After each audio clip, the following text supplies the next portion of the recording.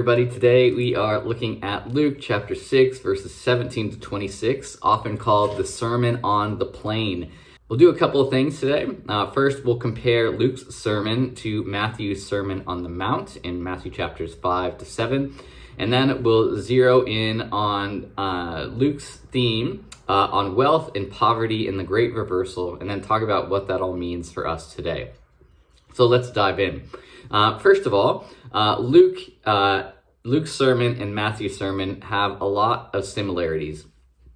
First of all, there's the setting and the audience. So in both of these sermons, Jesus teaches to a gathered crowd of people and to his disciples after a series of healings and exorcisms. And both of these sermons launch Jesus's kingdom ethic, or otherwise what life looks like under Jesus's reign.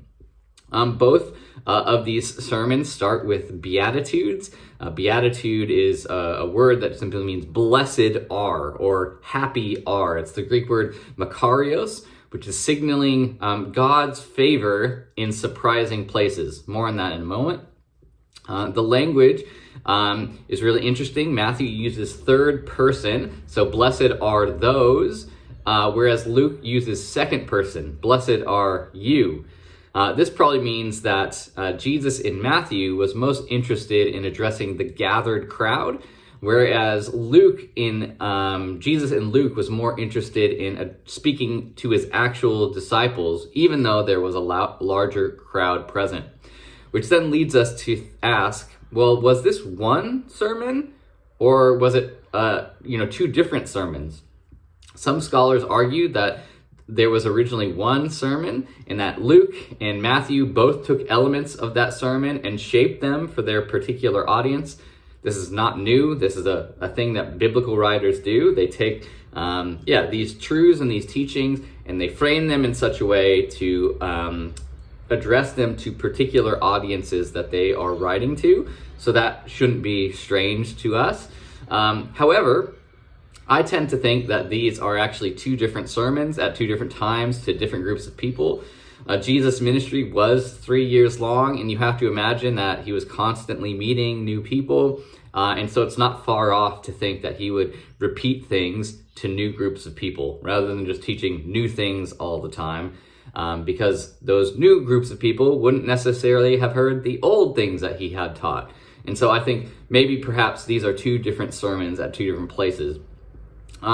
Matthew's location is on a mountain, which echoes back to Sinai and Moses. One of Matthew's main themes is to show his audience that Jesus is the new and better Moses, this powerful leader and teacher of God. And so he emphasizes this mountain teaching of the crowds, which echoes back to Moses up on Mount Sinai delivering the 10 Commandments. Whereas Luke notes that Jesus does this on a level place or a plain, which underscores his accessibility and solidarity, that he is standing where the people are standing on a level ground, which is part of Luke's theme of how he portrays Jesus. The structure in count is a bit different as well. So Matthew features 9 Beatitudes and no woes, whereas Luke gives 4 blessings, 4 Beatitudes, paired with 4 woes, which we'll get into in a second. And then the other difference is the content focus. So Matthew says, poor in spirit, hunger and thirst for righteousness, where Luke's wording is more concrete. Blessed are those of you who are poor now, blessed who are hungry now, who weep now. We'll talk about that more in a second, but this is consistent with Luke's emphasis on his socioeconomic and communal lens of what it means to follow Jesus. Which brings us to the teaching itself. Notice Matthew has this more spiritual emphasis. Blessed are the poor in spirit. Blessed are those who hunger and thirst for righteousness. Whereas Luke has a very material focus. Blessed are you who are poor. Blessed are you who are hungry. And although in Matthew, Jesus does have a lot to say about wealth and the proper use of wealth, Luke has a very clear sense of concern for the poor and uses this language frequently throughout his gospel. In fact, Luke and Acts talk more about material possessions and wealth than any other book in the Bible. And so for Luke, discipleship in Luke has clear economic consequences. Following Jesus is costly. It results at times in poverty and hunger as you give up everything to follow Jesus. And yet we see in Luke people like Zacchaeus, people like Levi, that when you hold loosely to material things, even when it comes at great cost to you, you will find blessing. That's Jesus's point here, that it's this radical picture of discipleship that though it may cost you everything materially to follow him, God has even more in store for you. But then Jesus gives us the other side of the coin. Woe to you who are rich, woe to you who are full now, woe to you who are laughing now, woe to you when people speak well of you. Some of us, when we read this, may feel very uncomfortable. Some of us may just gloss over these words and say, well, Jesus doesn't actually mean that. But we're meant to actually wrestle with these words. The thing is that Jesus doesn't actually have it out for rich people or people who get praised or people who are laughing in general. As I just mentioned, we find people like Levi in Luke chapter 5, Zacchaeus in Luke chapter 19, who are both rich people who find Jesus and find inclusion.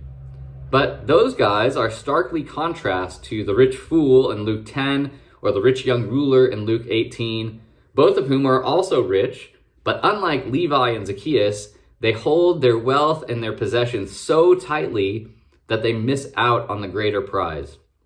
We'll explore this more fully when we reach the parable of the rich man and Lazarus in Luke chapter 16. But the idea here is that being rich or being praised or being full is not inherently evil. But what is worrying is when wealth or stuff or praise or popularity becomes more important to us than Jesus. When it becomes a master over us. When we value things over people. When we hold too tightly and spend more on ourselves, making our lives more comfortable than we care about those with need around us. This is the great reversal theme that happens throughout Luke. Starting all the way back in Luke chapter 1. In Mary's song, she sings about how God brings down the mighty and sends the rich away empty, but lifts up the humble and fills up the hungry. We see this again in Luke 4, where God is bringing about freedom for captives and recovery of sight to the blind.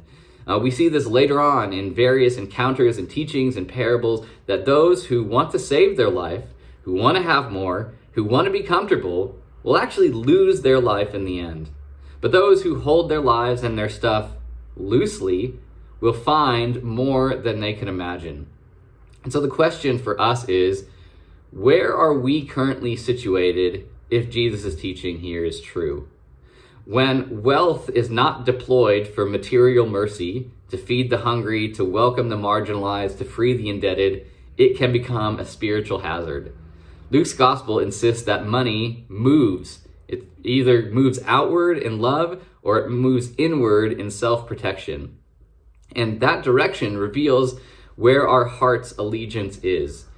And in God's kingdom, everything is reversed. You can't value and hold on to stuff and popularity and wealth and have Jesus at the same time. But when you let go of what people think about you, you let go of keeping up with the Joneses, you let go of the never-ending quest of gaining more, you find everything you need and more. So maybe it's time for us to examine our bank accounts or our time and ask ourselves, do those things reflect a heart that loves God and loves others? Or do those things reflect a heart that is about comfort and insulation? With that said, let me pray.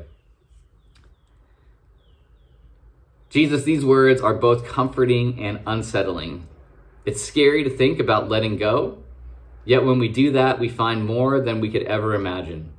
You invite us into this radical discipleship, one marked of great love for you and a great generosity toward others. And that comes at a cost. But I admit that I struggle with wanting to be comfortable, with wanting praise, with wanting more for myself. So help me to trust in you and live a life of dependence on you over dependence on things or praise. And if something needs to change in my life, give me your power to help me to follow you more.